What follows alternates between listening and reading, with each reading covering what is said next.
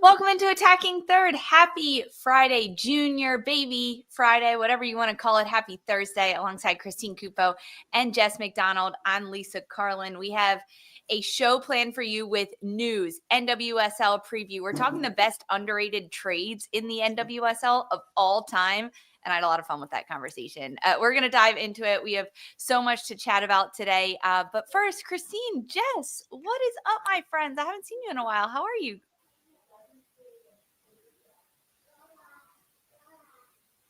Christine, are you there? I am, but also my mom's dog wants to say hi too, so I muted myself for a moment. I was like, I know she's trying to talk. It's like, what's going on? We've had a lot of random technical difficulties this morning. Really Seems like have. it's not going to stop during the show, but it doesn't matter, Jess. We're going to keep on rolling. We're going to just keep on rolling. I'm excited to be back on here with you, Lisa. Cupo, always a pleasure, my friend. Just so happy to be joining the two of you today. Sun is shining again here in the Midwest, so y'all know mama's happy. You know, I got to start my day off with that. So some Love sunshine, and I'm ready to talk football. J-Mac, you're also wearing a kit. I am wearing a kit. See it. Another surprise. I love it. Yes. This is like my favorite new little series that you and I have started. What kits are we wearing? What are we rocking? Yes. Mine is a little bit of a hint as well for what we're going to talk about today on the show. But before we get into it, thank you everyone so much for hanging and joining with us. If you're watching or listening to Attacking Third live on YouTube, watching on Golazo Network, or listening as a podcast, thank you. We are so happy to be here with you. We got some big news that dropped earlier this week. Nealy Martin, midfielder for Gotham FC, has been traded to Angel City. This move happened right after we wrapped up our show on Tuesday. She was unavailable last week for Gotham. We'll see if she plays this weekend for Angel City. But this is a move, Jess, that when it dropped, were you surprised by Martin going to LA? I was not surprised about Martin going to LA, and only because I think she is one of those players that could start with any club. And that's because she brings so much versatility. You guys, her natural position is outside back. Juan Carlos Amoros turned her into a 6. And then she bopped into that center back position a handful of times and killed it there. So this is a versatile player that I think will be such a great addition for this Angel City side. That's because she brings so much to the table. Okay, they lost Alana Kennedy. All right, we're going to bop around and get Nealy Martin, who can also play in that 6 position, who can also hit bangers from that center back position, and a very good 1v1 defender. So anywhere you need to put Nealy Martin, she's going to get the job done. Oh, and then we're just going to sprinkle on top that she can also be a backup goalkeeper. She can also play in goal. That's what I'm rocking today. A Nealy Martin Gotham goalkeeper kit. Yeah, she can really do it all. But I think when you think of Nealy Martin, she is a gritty. She's a hard-nosed player. She wants to do what is best for the team, fit in where the team needs her, where the coach is asking of her.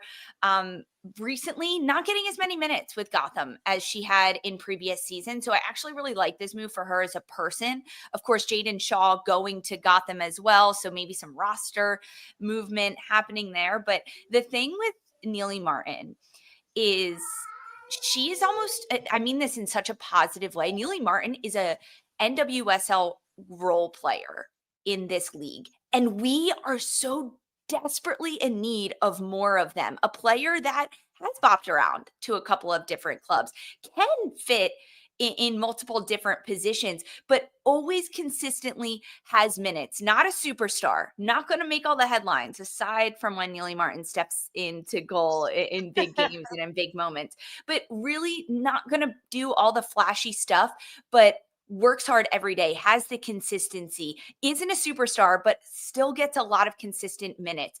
And honestly, I think Angel City needs a player like this in their midfield that can come in and just be a bruiser, hit in hard tackles, float where they need to. I honestly, I think a little bit of that East Coast energy heading to LA is exactly what Angel City needs at this time. I agree with you, Lisa. This is probably one of the more amenable signings on both sides because Angel City get a very low key, not flashy signing that's practical, low cost, effective, versatile, and she's got champ experience. So I feel like putting her into your squad is a brilliant move against defensive depth, a little bit of clause in the midfield. She should acclimate really, really well, is what I anticipate. And I think she'll find herself a new home real fast there.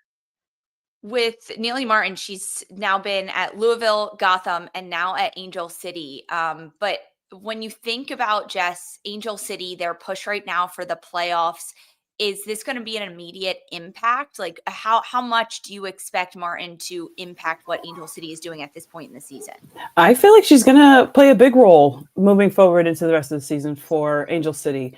She brings experience and she brings versatility. Those are the two key things that Angel City is going to really need right now. Someone who's going to be able to step up to the plate, go through those hard tackles. I like to think of Nealy Martin as, there's like different categories of players. She's like a cleaner. She'll do the dirty work and making sure she's getting the job done defensively, because they're going to need that. And a player like Nealy Martin is definitely going to be a key piece moving forward for Angel City FC, just because of her experience, playing all over the pitch.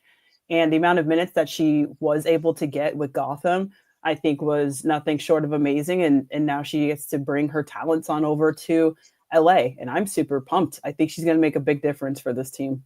This comment from Funky Old Medina in the chat actually has me cackling.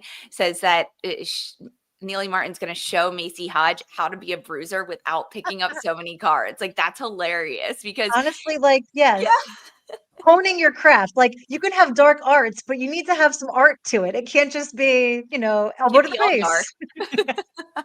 Why not? Add a little pizzazz. In talking about this move for Gotham, sending Nealy Martin to Angel City, it has officially been official that Gotham FC announced that they have signed 20-year-old U.S. women's national team star midfielder Jordyn Shaw for a record $1.25 million transfer from the North Carolina Courage. This fee is going to be paid in interleague transfer funds over installments, which is really going to help Gotham be able to pay this out. We did talk about it earlier this week on Attacking Third, but now that news is out there. It has just dropped. It is official. So big moves for Gotham. Their roster is changing. Jess and I talked about this on Tuesday, Christine, but yay or nay for Shaw to Gotham? Yay in terms of her development. And I think she desperately needs that at this point. Juan Carlos Amoros is really good at getting the edge out of players and extracting their natural skill and sort of cultivating that. That's a good, if not great, thing for her, in my opinion.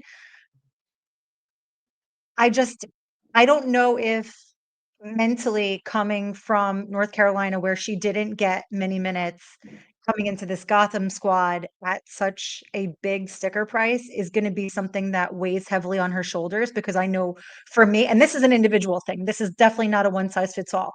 For me, that raises the expectations of me, where I'm already a little bit maybe not certain in areas, and you're 20. So it's going to be, for me, I'm hoping she thrives. And I think that the fee is very, very high. And I put that contextually, that women's soccer players and footballers abroad, the transfer fees are rising. So we're going to see a lot more of this more often, but it will be more comparable, especially in the short term, but especially in the long term, that it will reflect more of where we have conversations about flops in the men's game, because of the transfer fees, not because of the intrinsic quality of footballers. Oh, so maybe we'll circle this one, see if Christine thinks it's a flop in how much time? A year? Well, how long is long enough to tell you if it's a flop or not? Well, she's signed through 2029 right now. And that's, again, a lengthy contract for a 20-year-old. So to me, that tells me, one, Gotham are very serious about putting her into the squad at that price and at that duration, or they think that she's capable of being an excellent tool in the market for resale. So Alyssa either Thompson way, signed for 5 years, and she's 20 years old too.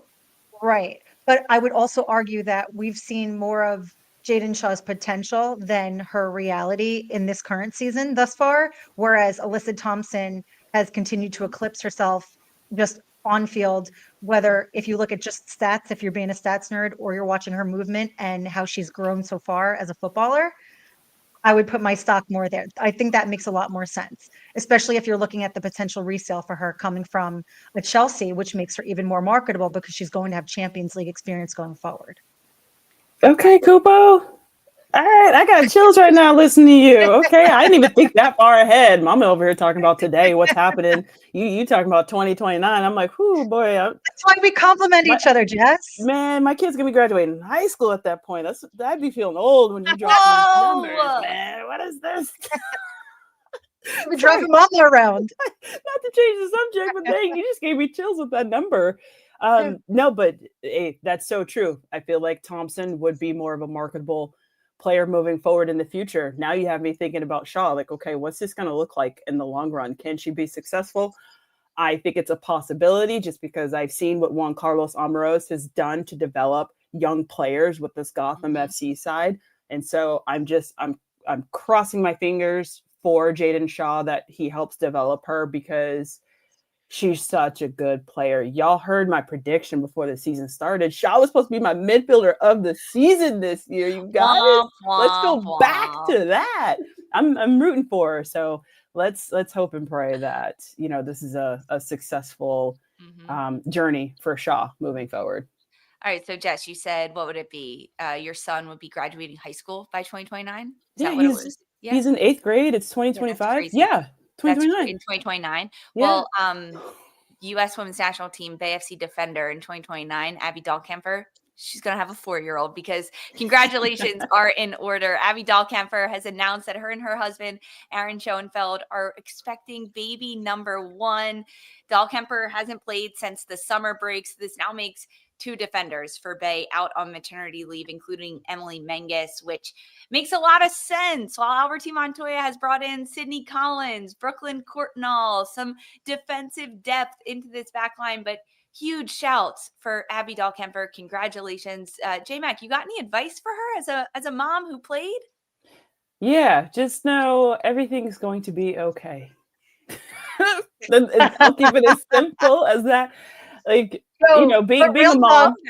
When you say it, Jess, it's real AF because you did it without all of, I'm not going to call them the luxuries. I'm going to call it without all the bare minimums that all these players now have. I'd say the option to enter motherhood more securely. Exactly. And I'm so ecstatic for her. Being a mom it's the hardest job on this planet. Like, Abby Dahlkemper has beat all odds by becoming a World Cup champion. She represented the United States for a long time, NWSL champion, just an absolute amazing defender. And being a pro athlete, there's less than 1% of the world's population that are pro athletes. It's a very difficult job, but there's nothing, that compares to motherhood. And I cannot wait to see her balance the two. How hard the two are, the 2 hardest jobs on this planet. I can't wait to see, this friend of mine being able to juggle both.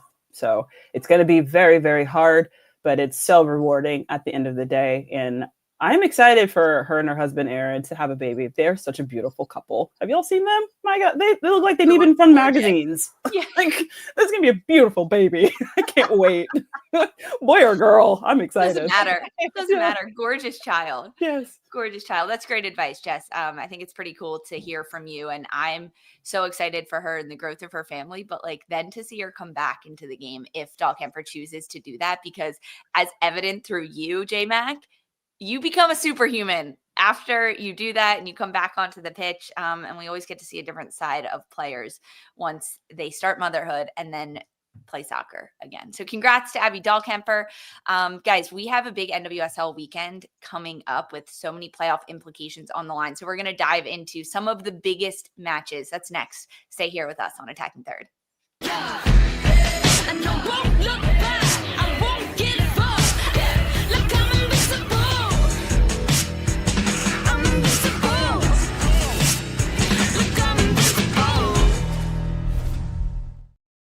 NWSL action is back this weekend, and almost feels like every single game has direct playoff implications. The biggest games, you can watch them on CBS and across our Galazzo Network, Paramount Plus. Saturday, September 13th, North Carolina Courage against Angel City, 12:30 p.m. Eastern on CBS. And then Sunday, a trio of matches that you can watch. Chicago Stars against Portland, Utah against Houston, and number 7 Seattle against number 8 Racing Louisville. Those three are on Galazzo Network, but it's North Carolina Courage, Angel City on CBS. But in week 20, outside of those 4 games you can watch across CBS Sports platforms, is perhaps an NWSL championship preview match. Kansas City Current, the number 1 team, they've clinched a postseason, riding high at the top of the table, against a team that is clipping at their heels, Washington Spirit. With Kansas City, if they win this weekend against Washington, they can clinch a top 2 spot, and then they're within just 1 point of the Shield. It feels like if anyone could take points off Kansas City at this point, Jess, it's potentially Washington Spirit, and we get to see the matchup this weekend. I'm happy you called my name. Okay, because I got my notes on my trusty iPad, so I don't want to get these numbers wrong. I was ready for this conversation, you guys. All right. All right. Professor J-Mac, go ahead. All right, let me drop some numbers on y'all real quick. Okay.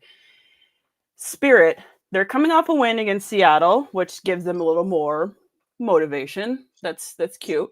Their last matchup with Kansas City was March 22nd. KC smacking Spirit 2-0. Spirit with 4 wins since the big international break out of 9 games. 1 loss to Portland June 15th. Kansas City Current, 8 wins since the big international break. They only tied Orlando, so that's the only tie that they have. They have 7 in a row clean sheets, you guys. Okay. 3 clean sheets for the Spirit since the big international break. I'm doing all numbers since the big international break. 2 of them were ties, which were 0-0 ties for Spirit. And they've scored 13 goals so far. Kansas City Current has scored 16 goals. So when I'm looking at numbers, Kansas City Current should be smacking Spirit out of the water. And don't get me wrong, Spirit, they're in second place. Not to take away what they have done so far this season. I mean, they look pretty right now, but they've been inconsistently pretty so far. They haven't impressed me enough. I think they had a wonderful game against Seattle last week. I thought it was a great win for them. But I think moving forward, I'm taking Kansas City Current because Kansas City Current has consistently been the full package. And I'm talking defensively. Y'all heard these clean sheets, 7 clean sheets out of these last 8 games. And out of their last 9 games since the big international break, 8 of them are wins. I mean, this is a consistently winning team who's scoring goals, who's blocking shots, who's making great saves through Lorena. I mean, Shawinga is on fire. It just full package. I'm sorry. Jess, as a former number cruncher, girly, I don't think you took off enough percentage for the Trin Tax, babes. I think Trinity is going to bring a lot more heat this game. I think they're going to be threatening. I think they're going to have a chance at this. I would not discount the Washington Spirit, aka what I'm now referring to as the house that Adrian built, because their depth is clicking. They got almost all of their reinforcements ready to go. Never, ever, ever, ever discount the Italian. So I'm just saying the Spirit could manage this Kansas City side. The way that I'm looking at it right now is it's going to be a tactical masterclass between Vlatko and Adrian Gonzalez. Yes. And that, for some people, they're going to say, oh, Cupo, that's so boring. Babies, no. Tighten up your seatbelt. We're going to be in for a show, I promise you. The worst case scenario is like we play out to a draw. But I really and truly think that Washington Spirit could manage this if they rely on the knuckle-up power of Hal Hirschfeld, her press into errors, her ability to absolutely create dangerous disruptions that could be Washington just spinning KC on their head. And this is not discounting KC in any way.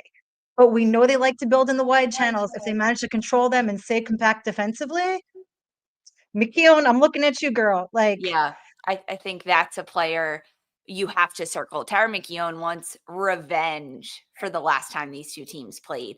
And Jess, that is something that you cannot count out in this one, because no matter how many streaks Kansas City is on, 7 straight shutouts and the goals that they've scored, Washington Spirit comes into this game with a chip on their shoulder, with a chance to take down a team that has just cemented themselves at the top. And when you have that type of energy going into it, especially off of your own recent success in the league and since the international break, all those stats and those numbers that you dropped that Washington has, I think it's actually very important to look at the series history between these two sides, because it's going to be their 10th meeting.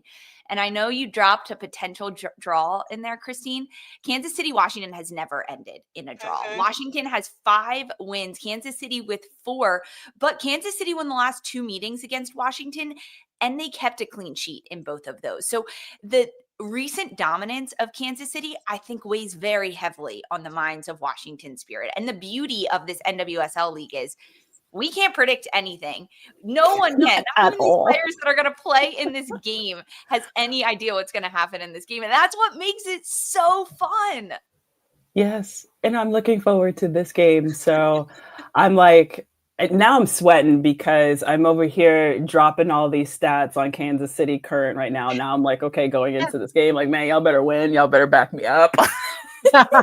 So when we think about the tactics of this game, I want to know from you guys where you think it will be won and lost, because the way that these two teams have been playing this year have been very different styles. I got to chat with Vlatko Ananowski a week or so ago about how everyone in this league thinks Kansas City's playing transition. And you guys want to know what he said to us? He said, no, we're not a transition team. We're just faster than all of you. yeah, That's what he said, which, like, to have that much confidence and that much gumption to be like, yeah, we're just faster and better than all of you. You're stuck looking at our backs. But that's really the thing. Kansas City is so okay without the ball. They don't have to possess it as much as other teams. And there have been times when we've seen teams go into CPKC Stadium and say, Kansas City, we're going to let you have the ball to try to limit the transition that you have. I don't think that's going to be the case against Washington. The Spirit are going to say, we want to play our game in this one. Sunday for the Spirit against Seattle, their 2 goals came after 16 straight passes and then 10 straight passes. Possession, moving the ball, switching it from side to side, finding the open player. That's exactly what Washington wants to do. Kansas City, they're okay with Washington having the ball. They're going to then move quickly. Can they spring Shawinga forward? Can Lola Bonta spin out, be a little bit higher? It's going to come down to who executes their own game plan more effectively. So true. Yeah. That's spot on. I think this game will be a very midfield heavy matchup where it's who can control the game the most and more consistently. I need Washington Spirit to retain their shape the best that they can and not let essentially literally anyone in that Kansas City attack stretch them, because that's where they'll get hurt. And that's really just a game of patience and discipline. Discipline that I've probably never seen in my entire adult life, because when I see a player like a Shawinga who's literally the unstoppable, that's like a dog seeing a ball rolling. And I'm like I suddenly switch into this mode of like, well, maybe I can do it today, which is absolutely tomfoolery. But it's an alluring thing. It really is, when you see like, well, maybe I can step in here. They slide you right out of position and they're going to eat you because they're coming and swinging. And you're going to see them do it over and over again. But yeah, so my thing right now, Washington Spirit, if you're listening, is maintain your shape. I beg. Midfield, lock it down. Lacey Sandos keeps slinging those absolutely perfect and key balls, because that's going to be an absolute point of attack.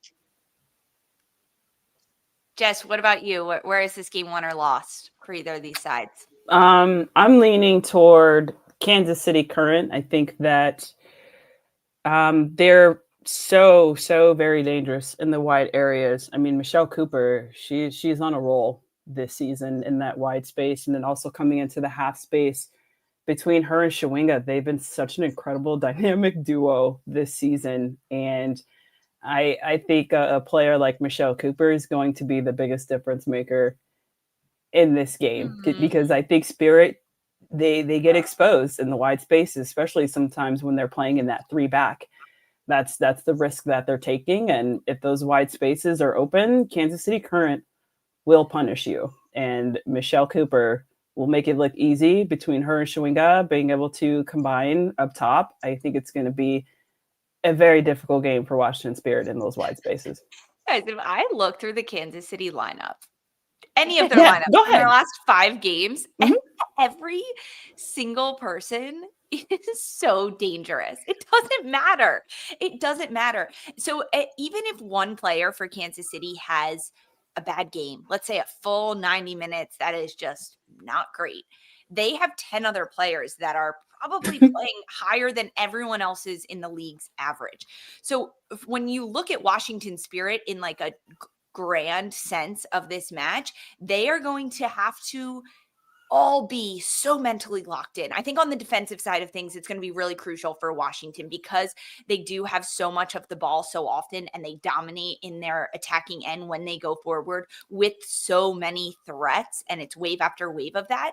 But it's their rest defense, how they respond with the ball, knowing that Labanta's floating wide, Bia's in the mix, Debinha, Cooper, there are so many different players, and I haven't even mentioned Shawinga. So I think to me, it's so much about how Washington can stay organized defensively, even when they have the ball, making sure that their gaps are covered and their rest defense is solid.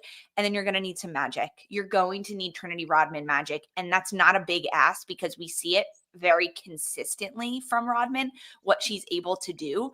I love this matchup. I love it so much. I'm excited for this. I really am. I can't wait to see it. So we got to do predictions. Who do you think is going to come out on top in this one between Kansas City, Washington Spirit? Christine Cupo, who do you have? This is so hard, man, because there's like the logic of it and then the magic that is just NWSL and like football more broadly, right? Like any given day, it's anybody's match. I'm going to go for the insane bet and say Washington Spirit. And I'm going to go with 3-2 because there's no chance there's not goals this game. Wow. Goals on 3-2. goals. Yeah. I don't think it's going to be. I know. Is that insane? I know. But you know what? I'm keeping things interesting. I'm also brought to you by the person who had the thought exercise of which team could be played the most out of position as a whole and still be good. And I think it's Kansas City Current. Like you could just swap them around in a fishbowl and just throw everybody everywhere. You think a 7-game shutout streak is going to be snapped by 3 goals by Washington Spirit, Christine? Why not? Let's be crazy today. I like crazy. I'm here for crazy. But I could be reasonable and measured and say like, hey, Kansas City win like 4-1. But no, I'm going to go with craziness. Let the chaos reign. Okay. I like chaos. I'm here for crazy. I'm here for all the goals, but I don't think that's how it's going to end. I'm saying Kansas City 2-0, clean sheet once again. Eighth clean sheet in a row for Kansas City Current. They're going to be nice and tidy defensively going into this weekend. More streaks and more streaks for Kansas City. Lisa? I think that Casey is going to get it done, but I think it's going to be really narrow. A 1-goal game, 1-0 to Kansas City. That's what I'm going to take it. When they're at home at CPKC Stadium, it is a different beast. They know they're taking steps closer to a shield, and the only thing that Kansas City wants is silverware. That's all they want. They want to win something, and if they can win a shield this year, and it starts this weekend, it is going to be an uphill battle against Washington Spirit, but I'm going with it. People are dropping their predictions in on YouTube. This is crazy. A lot of people are saying Kansas City. Millie, you're saying it's going to be a 0-0 draw? I don't think that's not going to happen. I love it, though. You know what? Maybe there's like an extra bump because obviously Kansas City are on the verge of clinching the shield. And if you recall, which I, prior to this episode of our meeting here today, was counting on my fingers and toes last season. Washington Spirit played Orlando, and Orlando had clinched that game. So maybe Washington Spirit are like a little bit like, we would just like to mess this up for you guys, so you prolong it a little bit. I don't know, a little bit of petty. I love this one. I like KC, petty. I like crazy. Washington. It's a big matchup. We've got plenty more around the NWSL that we're going to take a preview at. We're going to take a quick break, and then we're talking more NWSL.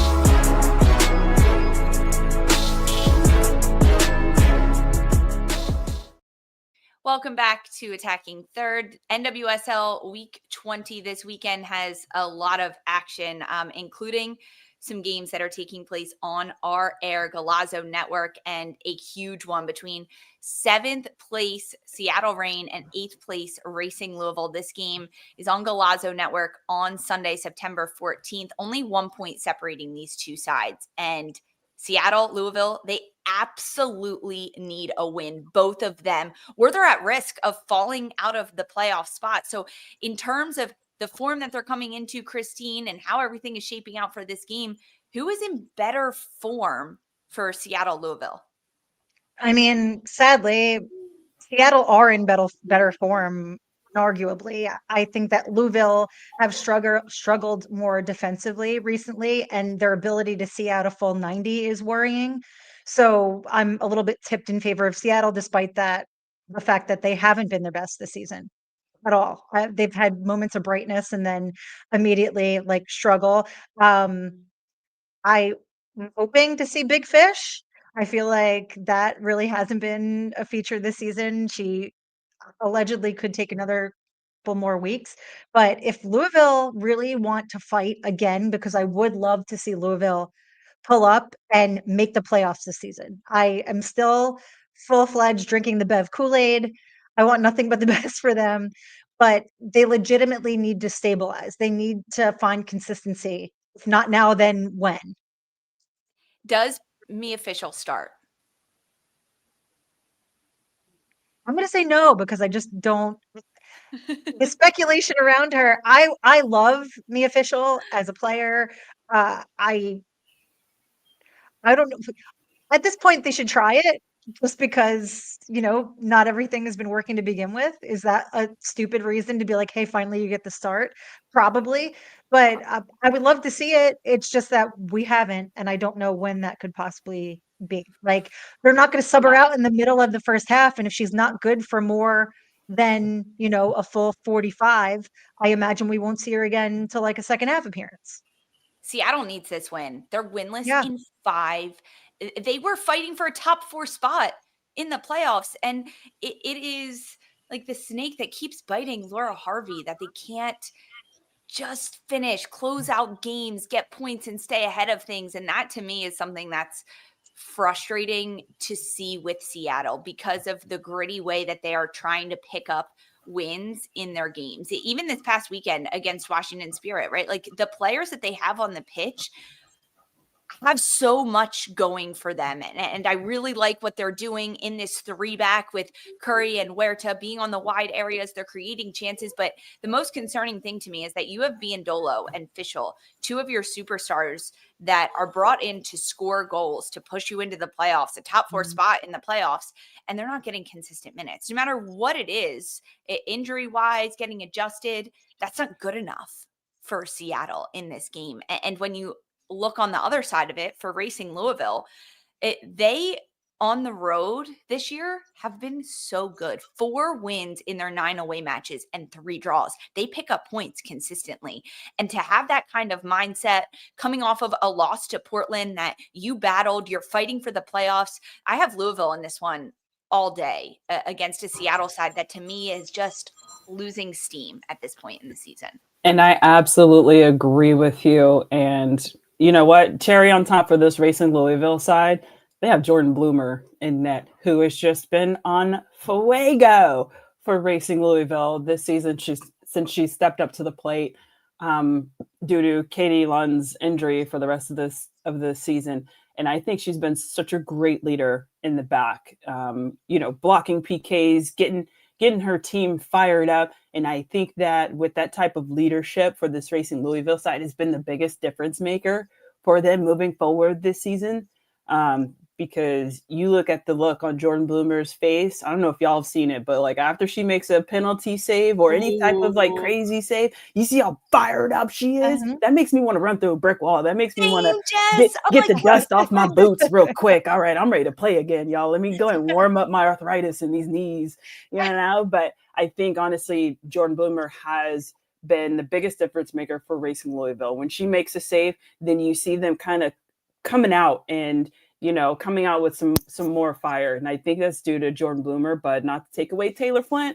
Taylor Flint, she's scoring bangers from distance. And I think that what Bev Yannis has done this season for Racing Louisville, this is the most consistent I have seen them since they've been a club, since their inaugural season. So I'm leaning more towards Racing Louisville. They've been more of an exciting team to watch because majority of their games, it boils down to like the last dying seconds of games. They keep you at the edge of your seat. And it's like, okay, all right. Can they close out a game? Jess, what is it going to take for Racing Louisville to get past the 70th minute and hold on to a game, close it out? Man, it's all about game management. We haven't consistently seen the game management part for Racing Louisville. They'll be up a goal or whatever the case may be. And then sometimes they'll allow a team in those dying minutes to score on them. And at the end of the day, I think it's those decisions that are being made late in games that they have been lacking because, they don't go to corners. Like they're still trying to go to goal, like hold on to the ball when, you're doing something else or vice versa. So it's all about game management. I haven't seen a decent well-managed game late in games, especially those dying moments where teams catch up to Racing or tie the game, like their game against Portland. A game like that. Actually, two of their games against Portland, when they were at Portland, they allowed Portland to come back and tie it like 3-3, something crazy like that in the dying minutes. And then they just did it again. Jordyn Bloomer had an incredible save and then own goal, unfortunately. But I think it was one of those games that it looked like Racing could have taken it. So it's all about game management at this point. And this fresh match, legs. I'm going with the chat. I'm going with the yellow card rest that Taylor Flint took and her forehead. Let's see it. Yeah. Going back into this game. Not just Taylor Flint, but Kayla Fisher too, both coming off full rest, unavailable last week for Louisville against Portland, and now they become available. But in this game, the 3-point swing, if Seattle or Racing pick up a win, could potentially jump them into a top 4 place. Now, of course, all these other games have to happen and no one else is going to pick up 0 points all ahead of them. But that's how tight the standings are. And that's how important this 2 spots are for both of these sides, because it's just 4 points separating 3rd place through 8th place in the standings. Okay, so that's a huge one. Seattle, Louisville, you can watch it on Sunday on the Galazzo net. And then we've got North Carolina Courage against Angel City. This one is Saturday on Big CBS at 12:30 p.m. Eastern time. Angel City, they sit in 10th place on 23 points. They have had a weird couple of weeks under Alex Strauss, trying to understand the new system. They said goodbye to Katie Zellum, Alana Kennedy, Alyssa Thompson, but now they welcome in Nealy Martin into the mix. Meanwhile, for North Carolina, 11th place on 22 points. And Christine, the Courage have just traded Jaden Shaw. It is announced today she is going to Gotham. This affects the locker room, the environment. Which way is it going to swing for North Carolina Courage? Yeah. I mean, of course, you're going to be impacted. Your friend/teammate is gone. Things are going to have to adjust. They've been a team in flux. So I feel like in a way it should impact them a little bit less than it would if they were a whole where she had been playing more regularly. So I feel like I haven't really considered the gravity of her leaving at this juncture because she wasn't really made a key figure of this team from jump of this season. But yes, of course, adjustments will be made. I think that right now, North Carolina just need a win, and both sides it's a win, right? Like both need to win desperately. Looking down the pipe for Angel City, they still have to face Spirit, Louisville, Kansas City, Houston, Thorns, and Chicago. Oof. So their run, I feel like, is a lot more tumultuous. And they desperately need to lock this in. Not to say it's a low-hanging fruit, but you would be taking advantage of another team that's kind of been struggling to find form and identity at this juncture in the season. And while that is a sentiment that echoes across both squads, take the win where you can find them is kind of my mentality. But for Yeah. either of them, loss here is a no-go, in my opinion. So if either of these teams lose, 22 points for the Courage in 11th place, 23 points for Angel City in 10th place. If either side loses, are they out of the playoff hunt? Yes. Right now I'm looking at it as an absolute yes. Ooh. Yeah. Oh, that breaks my heart. I'm going to hold out hope for either of them because the gap between 12th place Bay FC and then 11th North Carolina is pretty significant.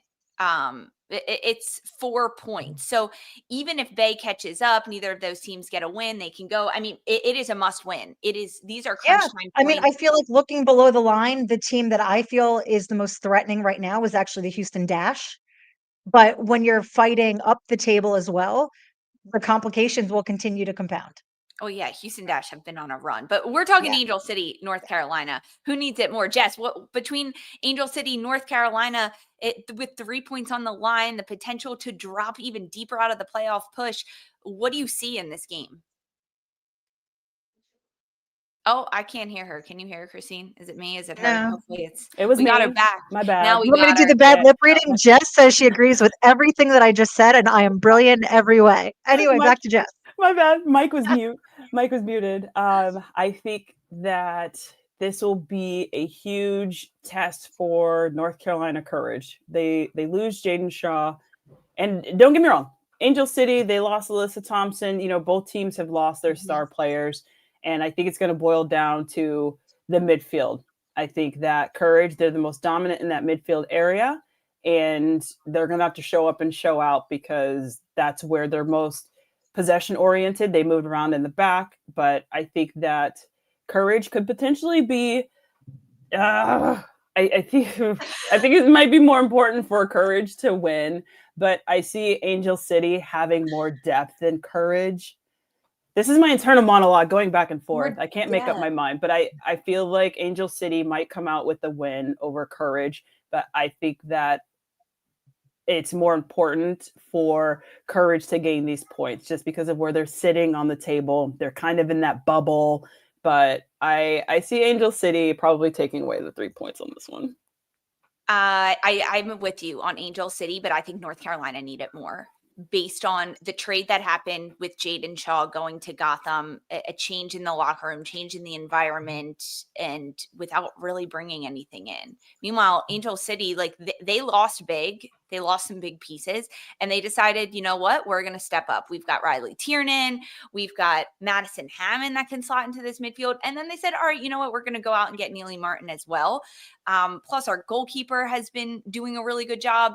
So this one to me, North Carolina needs these points, but I'm going to go with Angel City and their ability to actually get this done. It is at home for North Carolina. So Wake Med Soccer Park plays that 12th player role for the Courage that they lean on so often, but you'll have to see 12:30 on Saturday on CBS. You can watch it. We've got all the coverage on CBS and for the NWSL across the weekend, but it's Ashley Sanchez against Giselle Thompson, North Carolina Courage against Angel City, Saturday, 12:30 Eastern on CBS. Watch all the coverage. Don't go anywhere. We've got more Attacking Third coming up after this quick break.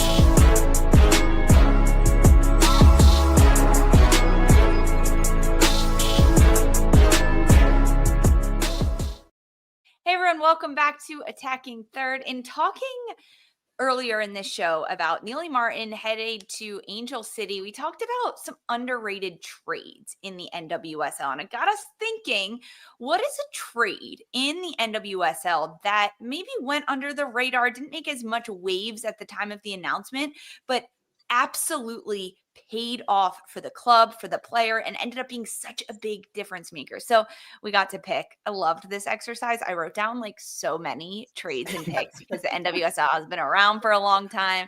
And I'm just going to mute myself. You can run through your tomes of trades. These Go ahead, Lisa. that play. No. I'm not starting first. Christine Cupo is starting first because we have pictures to back it up and everything. So hit us, Christine. Best underrated trade in the NWSL. Best underrated trade in NWSL. And mind you, I took this exercise as like this season. So this is for everyone with a recency bias or the brain cells of Dory from Finding Nemo. So I'm going with Yasmin Ryan, Gotham to Dash. And I think this one went under the radar. We know what she can do. We've seen her call ups for the US team was excellent at Gotham. She went for 400K in allocation money and a 2025 international roster slot. If I can speak English properly, that is my first language, I promise. But she brings to a very young Houston side experience and these leadership qualities that they desperately needed. So with the intangibles, aside from her goal scoring ability, her football IQ, and all around being a great teammate, I think that her factoring into this squad, given the youth, given that they need that player, and she hasn't really been able to be that girl, she makes such a good central figure in terms of leadership qualities for them that she's already paying dividends. Yes, it took a little bit of time for her to get clicking, but now that she is, I'd say she's so in form and she looks like she's playing with more joy than we've seen in more recent seasons. Okay. I love that pick. I'm a big fan of Yasmin Ryan. I have been for a while. I think she's been absolutely fantastic. I love her time also with the women's national team. Cupo, great pick. Okay. My trade pick, mine was also hard, Lisa. I had a long list, but I'm like, let me just stick to an underdog here. And I'm gonna have to go with Jalen Howell. Jalen Howell gets picked up from Seattle Reign to Gotham FC this season.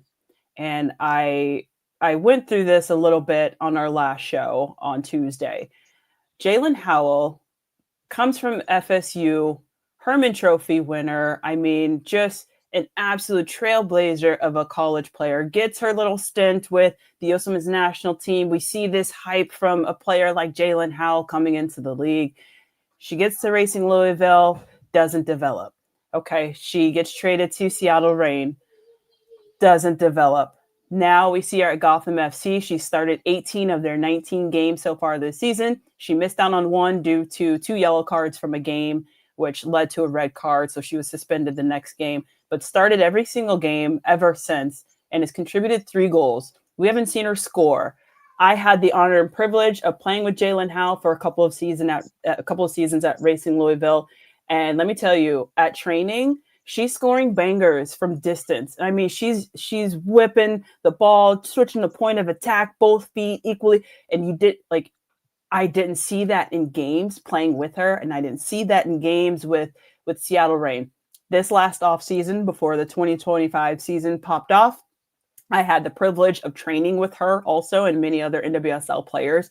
And I looked at her and I said, I need for you to shoot this season. I need for you to score because you can bring that to the table. She almost gives me that Sam Coffey type vibe where, Sam Coffey's moving the ball forward and getting in the final third as a 6. She's going through tackles. She's second place for Gotham FC in total tackles this season behind Lily Reel. And I think she has been the full package as a 6 so far in her entire pro playing career. And so this is where we're seeing the best of Jalen Howell. And I give a lot of credit for her transitioning into, this role with Gotham FC and actually performing. So Jalen Howell is my pick. We knew what Jalen Howell could do from her days at FSU, right? She won the national championship twice, Exactly. Mac Herman Trophy winner twice. She was ACC Midfielder of the Year twice. And when she got drafted to Louisville as high as she did, as early in that draft as she did, it was almost like the expectations all fell short on what she was doing at Racing Louisville. And there was conversations about, is it the league and the transition to the professional games? What's going to happen? And I think now, Jess, you're exactly right. This move to Gotham has set her up for success and allowed her to play exactly how Hal wants to play. I love that shout. Guys, I had so many that I had to pick from. But Let's hear it, Lisa. I'm cackling at the chat because you're so predictable. Go ahead. I'm going with one that really benefited both teams and both players in a trade that happened. And it was last summer, August 2024. The chat knows where I'm going with it. Kansas City Current end up trading with Bay FC goalkeeper Jordyn Silkowitz plus a little bit of money over to Bay FC in exchange for Kayla Fishel. Kayla Sharples. Sorry, I'm thinking about Racing Louisville. Kayla Sharples to Kansas City. This trade worked so well for both players. Jordyn Silkowitz, she got to learn last year for the second half of the season under a goalkeeper in the offseason. Bay said, you know what, Silkowitz, you're going to be our number one. She has started every single match this year for Bay FC, 4 clean sheets. They are fighting for a playoff spot. Silkowitz wouldn't have been a starter if she went anywhere else. In the NWSL, she would not be a starting goalkeeper, and she has earned that spot with Bay and held on to it for this year. Meanwhile, Kayla Sharples, it was like a so-so trade coming to Kansas City. It was like, what are you going to do? Oh, Alana Cook's coming? That's great. That's what Kansas City needs. Sharples was so under the radar. Vlatko Ananovsky, the team at Kansas City, has brought in Sharples to be contender for Defender of the Year. The 7 clean sheets we talked about for Kansas City, that is on the back of Kayla Sharples. She has been the most consistent defender. She has stepped up, slotted in immediately, and now look at Kansas City running away with the Shield. It is theirs to lose. So that's my underrated trade. Beautiful trade. You I love absolutely nailed it. I loved the waxing poetic about Silkowitz, especially since she had her recent record number of career saves in a single match against Kansas City. She basically was like, "It's me against Kansas City Current." Very impressive. Yeah. And Sharples, I love that the chat knew where you were going right away. I know. Well, they know what's up with me. I have an honorable mention. Well, I have like 10, but I'm only going to do one. This is the trade between Western New York Flash, Boston back in the day, to our very own McCall Zerboni. Yes. We just talked about this the other week on the show. Yes. Look at baby McCall. Tell us about this picture, J-Mac. Tell us what's happening here. Oh, I love this. I'm sure McCall is just sitting here just chopping things up in the kitchen for early Thanksgiving dinner. You know what? She was such a great addition to this squad. We absolutely we clicked right away as friends. We've been very close ever since this trade has happened, because you know what, at the end of the day, she was a pain in my butt to play against. I couldn't stand her on the field, you guys. And I honestly think that she might still have the most yellow cards in NWSL history, but we'll get to that stat on another time. But just being able to have someone gritty like McCall in the midfield, and then how amazing of a human being she is, and the way that she carried herself and helped lead us to an NWSL championship that season. You guys, we were the underdog that year. We were ranked number 10 out of 10 teams at the beginning of the season. We were the youngest team in the league. And, you know, we sprinkled a little bit of McCall Zerboni into that squad, and it was a freaking awesome ending to a season. And I think we might have to go over to that championship game again. You guys actually interviewed me, Lisa, about that game and taking the penalties. And my favorite reaction was Sam Mewis after Lynn Williams scoring in the last dying seconds of that game. But yeah, McCall, that was probably my favorite trade of all time in NWSL, is coming to Western New York Flash with us. Let's go. Yes, that was my back favorite. in 2016. And so Boston ended up picking up a draft pick, and that meant Boston had like all these first round draft picks that they could go for and go from, and they picked up Rose Lavelle, right? Like, this was a trade that was felt around the NWSL. Yeah, I'll throw it back. I wasn't prepared for that. You threw back on me just now. I love it. Yes, do you know me? I'm always going in the archives. We're trying to find things. Shout out to Audrey and Mark too. They helped get all those picks, make sure everything was locked in on that conversation for it. But yeah, that was a big one. There have been some legendary trades, but it's the under the radar ones in the NWSL that bring up some of the best stories. Guys, I love this. Thanks for hanging with me today. Thanks for hanging with you. Thanks everyone so much for joining us. We hope you have a great weekend. Enjoy the playoff race in the NWSL. Saturday, North Carolina Courage against Angel City on CBS at 12:30 p.m. Eastern time. And on Sunday, Attacking Third is going to be back for a recap following Seattle versus Louisville. So we're going to see you then. Have a great weekend, everyone. Be sure to follow us, download, follow, subscribe, all the things. For Christine, Jess, Adriana, Mark, and Lisa, this was Attacking Third.